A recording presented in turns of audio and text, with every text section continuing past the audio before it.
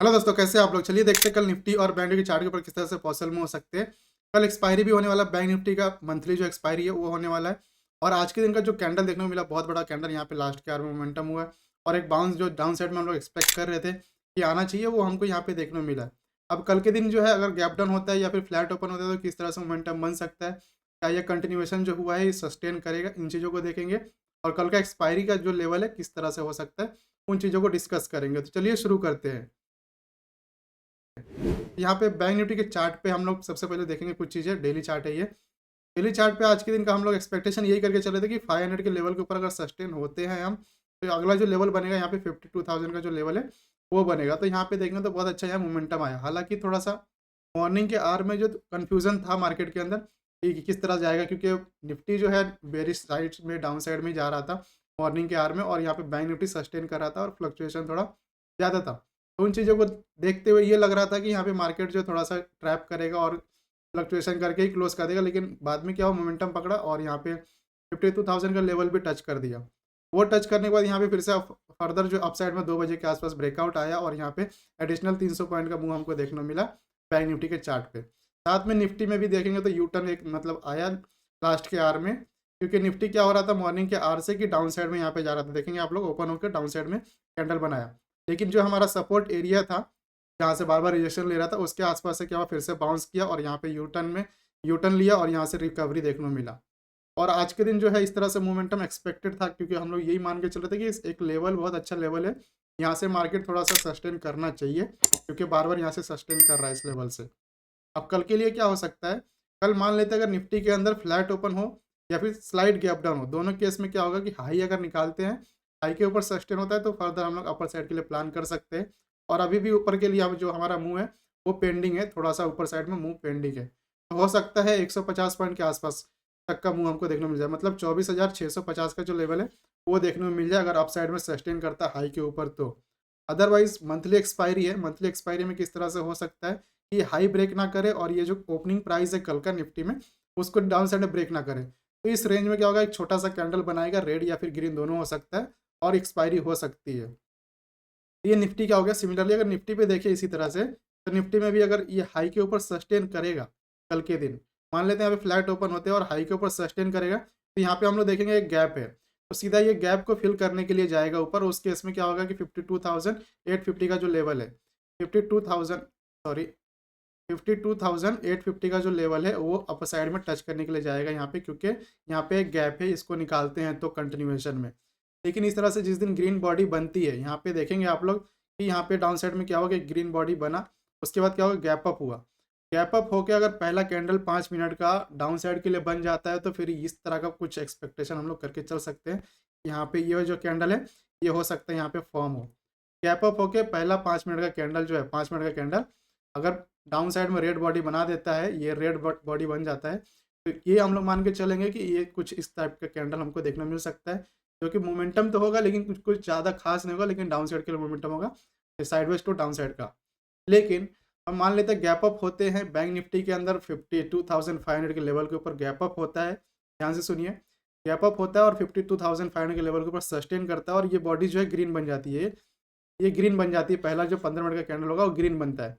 उस केस में क्या होगा कि एक फिर से बड़ी बॉडी बनने के चांसेस है यहाँ पे ग्रीन कलर का, और हो सकता है ये जो लेवल है 53,000 का उसको हिट करके अपसाइड में ब्रेक भी कर सकता है। लेकिन ये थोड़ा सा एक्सट्रीम हो गया। एक्सट्रीम हम लोग अगर नहीं सोचे तो ये हो सकता है कि मतलब ये 53,000 का लेवल एटलीस्ट टेस्ट करने के लिए जाएगा, सस्टेन होता है तो। अदरवाइज चांसेस बहुत ज़्यादा है कि इस तरह से कैंडल अगर बने गैप अप होता है तो। वो किस तरह से होगा कि गैप अप हो गया, 5 मिनट कैंडल ग्रीन बन जाता है तो फर्दर अपसाइड में जाएंगे, अदर रेड रेड बनता है, तो इस तरह का कैंडल का हम लोग एक्सपेक्टेशन करके चलेंगे कल के दिन, क्योंकि चांसेस बहुत ज़्यादा है कि इनकी एक्सपायरी है। एक्सपायरी ट्रेंडिंग नहीं होता है, ज़्यादातर मंथली एक्सपायरी ट्रेंडिंग नहीं होता है, लेकिन यहाँ पे मार्केट में मोमेंटम देखेंगे तो मोमेंटम है मार्केट के अंदर। अगर मोमेंटम है मार्केट के अंदर तो क्या हो सकता है कि हमको फर्दर जो है एक्सपायरी के अंदर भी मोमेंटम देखने को मिल सकता है। जिस तरह से यहाँ पे बैंक्स के अंदर बाउंस बैक आया है, ये हो सकता है कि सस्टेन भी करे। ये डेली चार्ट पे हमने कुछ चीज़ें देखा। तो एक बार अगर हम लोग ऑप्शन चेन डाटा देखें, यहाँ पे बैंक निफ्टी का ऑप्शन चेन डाटा लगा लेते हैं जो हमारा एक्सपायरी होने वाला है कल का 30 अक्टूबर का। ये बैंक निफ्टी का टोटल ओवाई अगर देखेंगे कॉल साइड में और पुट साइड में, तो यहाँ पे देखेंगे 30 लाख के आसपास हमको देखने मिल रहा है। 30 लाख के आसपास हम लोग को ओआई यहाँ पे देखने मिल रहा है कॉल साइड में, और पुट साइड में देखें तो 42 लाख के आसपास हमको देखने मिल रहा है। तो इसके हिसाब से तो डाटा जो है अप साइड के लिए टर्न हो चुका है अभी जो दिख रहा है यहाँ पे चार्ट के ऊपर, और पॉसिबिलिटी ये भी नहीं है कि सडन रिवर्सल आ जाए, सस्टेन करे, इस तरह से पॉसिबिलिटी है, या फिर साइडवेज हो जाए। साइडवेज टू अप ट्रेंड अभी भी मार्केट जो है बना हुआ है, हो सकता है मार्केट ओपन हो, थोड़ा सा साइडवेज रहे फिर बाद में अप ट्रेंड पकड़ ले, इस तरह से हो सकता है। इसके चांसेस 70% के आसपास हम लोग लेके चल सकते हैं इस समय।